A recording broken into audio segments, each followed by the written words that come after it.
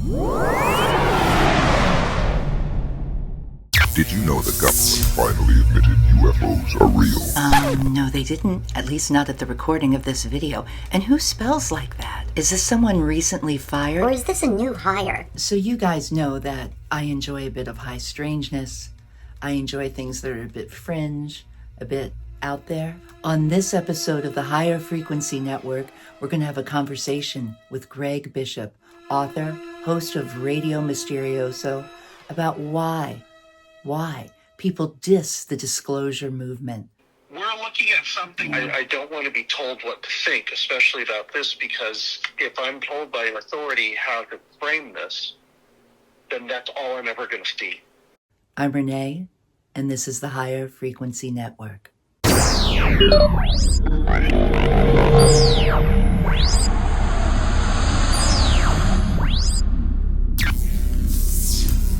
All right, so you guys know that I enjoy a bit of high strangeness. I enjoy things that are a bit fringe, a bit out there, right? I got to tell you guys, things did not go super smoothly trying to get this interview together with Greg Bishop. It was as if someone or something didn't want us to talk. Weird electrical interferences. Like an electromagnetic field near it, or... And unbeknownst to me, my camera had even gone out at one point. Strange. Disclosure is a big topic. I mean, huge. And that's exactly why I wanted to talk to Greg. Greg Bishop is the author of It Defies Language. It's a collection of essays about the UFO subject matter and related phenomena. Now, the very first chapter discusses the U.S. government's involvement, as well as the author's personal experience with agents and military personnel. So there's a lot of text in there about historical perspectives, theories, and opinions.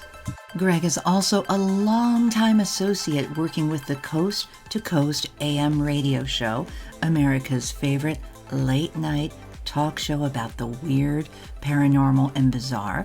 And he has been working on a great project there, the Art Bell Vault, where you can get shows on demand streaming on your desktop or mobile. New shows every week. That's some good work there, Greg. Lots of Art Bell fans, lots of George fans, lots of Coast to Coast AM fans. I know I grew up one. Mr. Bishop is also the author of Project Beta, the story of Paul Bennewitz, national security, and the creation of a modern UFO myth. It's a shocking, true account of an electrical physicist living in New Mexico that became convinced that lights in the sky were extraterrestrials. He reached out to the government, and unbeknownst to him, the author of the first book on the infamous Roswell incident, Mr. Bill Moore, had been hired by a group of intelligence agents to keep tabs on Mr. Bennewitz while they ran a psychological profile and supposed disinformation campaign on the unsuspecting physicist. So, yeah, sometimes scandalous tales of disinformation, corruption, and exploitation can be in the hands of the intelligence communities. This is why I thought it would be a great idea to talk to Mr. Greg Bishop.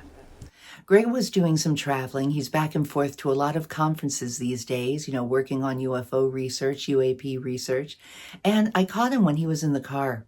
Well, I've been home for like the past half hour. Oh, shut up! I thought you were still in the car. I'm lying in bed talking. Oh, wow. Should I get my credit card out? Sure. But a lot of people put the dis in disclosure. A lot of humans, or maybe even some non-humans, are frustrated with the rate at which the answer to the biggest question, are we alone, is being answered. Are we expecting government and institutions to answer the question for us, or do we already know? Well, talking about disclosure is a sticky subject now, don't you think? It's kind of a waste of time. So, can I quote you to say that we think, well, do we think that? Do you think that? Do I think that? Is disclosure a waste of time? I mean, the title of this... For the most part, yeah. I mean, if you're looking for Dad to tell you what's true at the end, you're barking up the wrong tree. So dissing disclosure This is the title of this talk, this video. And I feel like a lot of people really are at that point right now, because I think they've grown impatient. They've grown frustrated. I mean, you've written extensively about the UFO phenomenon. Do you think the disclosure movement is an attempt at truth, or is it another layer of deception? I mean, and who lies behind all of that deception? It's weird. It's very weird. So, like right now, right, everyone went nuts in the past couple of years about Grusch and Elizondo and Korbell pushing the disclosure narrative forward. I mean, did you see them originally as truth seekers or part of a controlled effort? What do you think? That's a lot of people in one sentence to paint with one brush. It is, but I feel like everybody's doing that, But so here's the other thing. You can't lump those people together because they all have different agendas and different ideas about what they're doing, I think. And different goals. And I don't even know what some of those goals are. There's no way for me to know. Right. There's no way for us to know a lot of these things, I think, unless we have a certain clearance. My absolute basic idea is what I've said before. Can you repeat that? You cut out. Yeah. What I've said before is that disclosure is like asking the parent that always lies to you to tell you the truth just this one time. And if you don't hear what you want to hear, they're lying. And it's a conundrum. I mean, how can you get out of that? Well, if Dad said no, I always went to Mom, right? Yeah, well, there's no mom to go to, really. I think the only thing you have left is to go to do your own research and come to your own conclusions and keep your mind open and be ready to change your mind, because I don't think an human institution moves fast enough to keep up with whatever this might be. It's not made to conform to human institutions in the way we look at things. We just get little bits and pieces of it, and I think that whatever powers it be, the government only gets little pieces of it too. I think part of whatever happened in 2017 with that article in the New York Times by Keene and Blumenthal and with Elizondo in it was, in part, it was trying to crowdsource UFO research, like make it less stigmatized, so that people with degrees and discernment and hopefully the wherewithal, that they would study this instead of 50, 60, 80 years of people mostly with no training trying to figure this out on their own. You and I are both big fans of Vallée, right? Jacques Vallée, right? And he has long argued that the UFO behave more like a psychosocial phenomenon. Wouldn't you agree, right? That there's something going on in the consciousness of our minds, in the collective consciousness, that might be... Is this a construct from our minds? I mean, how do you feel about that? Well, I don't think I think it's anything from 1% to 99% a construct of our minds. Meaning something comes in and we don't know what to do with it, so we send it down channels that make sense to us. That doesn't make it wrong, but it makes it, it's more like you can't touch it with the or I can't categorize it with the tools and language and concepts you've been given, so you make it conform to that. It defies language. I said it defies language. That sounds about right. Yeah, exactly. It's just not... We're looking at something that we have to make sense of with our toolbox. And our toolbox does not include everything that can encompass what it is. It just kind of gets bits and pieces of it and fills in a lot of blanks. And I'm pretty sure that there's something, in fact, I'm certain that there's something that's not us that interacts with us. And past that, I don't know what that is. I don't know if it's from another planet or from another dimension or whatever the hell. These are concepts that we came up with. So, of course, we think about it in those ways. I have a friend that said something really intelligent about this. He said, you know those magic eye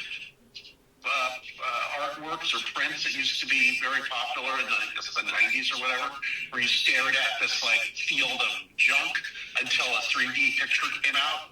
Well, the thing is, you keep looking at it and trying to pull a pattern out of it, and it doesn't work until you just stop trying. Right. And you look at it in a way that you've never looked at it before, and people can't really describe it to you. You can't tell people, I guess you can tell people defocus or cross your eyes or whatever, right. But that doesn't work for everybody. That's true. But what he said was, we need to look at this in a different way that we haven't thought of yet. And I think that's and maybe we don't have the capacity to think or look in that way yet. I don't know. Maybe we never will. Kind of like, you can't see infrared, but it does things. You can feel it, I guess, as heat. But you can't really see things with it. Or we know it exists, but we don't have the apparatus to, see an infrared or whatever. I think we have...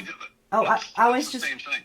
Okay, I didn't mean to cut you off there, but it's just like you triggered something in me with that idea of pattern recognition and then letting go of seeking pattern, letting go of seeking definition, right? Because patterns, we're looking for something familiar to compare it to, right? Yeah. I mean, you're just trying to make sense out of something in a way that makes sense to a human brain. And even, AI might not even be able to do that because we've taught it to look in the way and categorize in the way we think of it. But hopefully, if you throw enough data in there, maybe patterns will start to emerge that we didn't even know were there before. I don't know. But yeah, we have to, but I think on a real basic level, we just have to look at the issue in a different way than we ever have before. And I don't know what that is. And I don't even know if gathering all the data we possibly can is going to give us that clarity. I think gathering reactions and emotional data and witness testimony that doesn't just worry about color and shape and size and speed. What was an actual person's reaction? How did it change their life? How did it make them feel? No UFO investigator that I know of, there might be some, goes to talk to somebody about whatever happened to them and asks them, how did it make you feel? How did it affect your, what were your emotions? What, did it change your life in any way? Did stuff happen, strange things happen before or after that don't usually happen to you? All these little data points nobody picks up. And I think concentrating on gathering some of that data it'll change things. And if nothing else, we get a little better idea of how to help people deal with a strange event so that their lives don't get turned upside down. It seems to me if, I'm not MUFON trained, but I hope to be one day, right, as an investigator. I would love to, dig into their protocol and involve myself and assist people, help people. And I feel, though, those are the kinds of questions that I would put in my own protocol as a student of psychology, as a student of humanity. It's about how we feel and how we shift and have lasting change that gets us anywhere. And isn't that the same thing as, like you said, the magic eye? If we get away from our patterns and something new comes up, well, we've got something creative and different, and that's where innovation and change happens. Otherwise, it's the same old pattern. And here's something that broke that pattern. Interesting. I like your point with that. I like your point. So I don't know what we have to do, but I think it lies in that unlooked at data set or the ungathered data set about human reactions. Because, we're an instrument, but we're not a scientific instrument. It's that but we still pull in information and we still pull in data and we deal with it, but we don't deal with it like a camera or a tape recorder or a film camera would, or whatever, even something that counts that detects cosmic rays or particles or something like that. Those are just kind of extensions of our senses too. But we take in a lot richer amount of information about something than we're aware of, and I think that if we start concentrating on that other part that I just talked about, that I think other patterns might emerge. I'm really almost certain of that. I mean, I could be totally wrong and full of crap, but we have to just stuff more data into databases, but or at least materialistic data. But I think the emotional data is something that the oblique data is something that has to be. I would push for that. In fact, I'm trying to push for that. It's part of what talk I'm going to give in a few months. I think Star Trek Next Generation fans would argue that data has no emotion. Right? Hey guys, if you've made it this far, maybe you'll be interested in catching part 2 as soon as it comes out. This is Renee with the Higher Frequency Network. Thanks for sticking around. We appreciate it, and we'll catch you next time.